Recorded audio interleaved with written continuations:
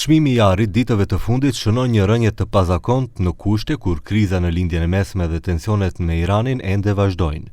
Kjo është në kundërshtim me logjikën e mëparshme të tregut, kur në kohë rreziqesh gjeopolitike, investitorët tradicionalisht ktheheshin tek ari si një streh e sigurt, gjë që çonte në rritjen e çmimit të tij. Këtë herë kjo nuk ndodhi. Ari ra nën $5.000 për oncë, gjë që ngre dilema nëse po ndryshon sjellja e tregjeve.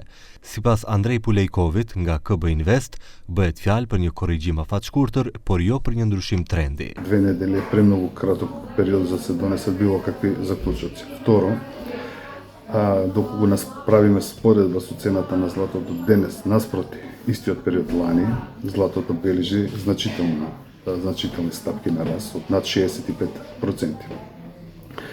Понатаму, причините за долгорочниот раст остануваат, именно зголемената побарувачка од страна на централните банки, посебно од БРИКС земјите, кои постепено го намалуваат нивото на девизни резерви деноминирани во американски долари за сметка, да речеме, на благородни метали и останати валути, ќе продолжи и понатаму.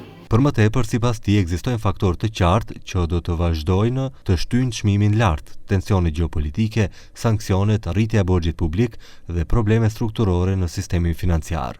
Bazuar në këto faktorë, projektimet janë që çmimi i arit deri në fund të vitit mund të arrijë midis $5.500 dhe $6.000 për oncë.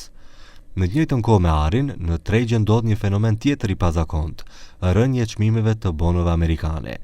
Normalisht, në kohë krize ato rriten sepse investitorët i konsiderojnë si investim më të sigurt, por gjatë javëve të fundit trendi është i kundërt.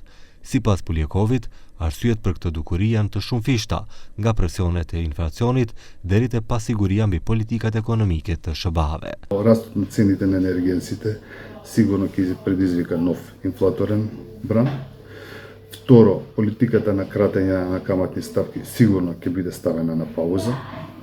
Понатаму огромните буџетски дефицити, што планирани, што не планирани, ради конфликтот на Блискиот Исток, ќе продолжи растот на јавниот долг, ќе се зголемуваат трошоците за негово финансирање и така натаму, а сето ова пак ќе има негативно влијание нормално кај довербата në investitorite. Këto lëvizje tregojnë se tregjet po hynë në një periudhë pasigurie të shtuar, ku strehat e sigurta tradicionale nuk reagojnë më si më parë.